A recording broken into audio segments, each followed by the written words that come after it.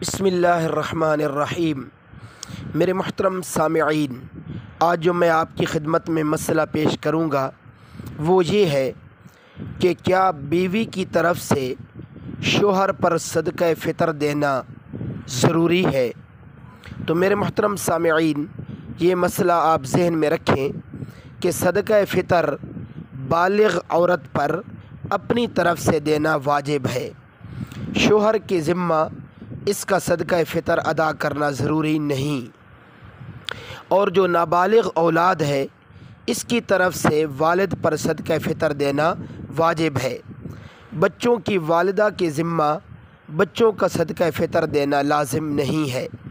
अगर बीवी कहे कि मेरी तरफ से अदा कर दो और शोहर बीवी की तरफ से अदा कर दे तो अदा हो जाएगा, अगरचे शोहर के ज़िम्मा बीवी की तरफ से सदक़ा फ़ितर अदा करना लाजिम नहीं है। मेरे मोहतरम सामिईन, मज़ीद ऐसे मुस्तनद दीनी मसाइल जानने के लिए हमारे इस्लामी चैनल ज़ौक़-ए इस्लाम को ज़रूर सब्सक्राइब फरमा लीजिए।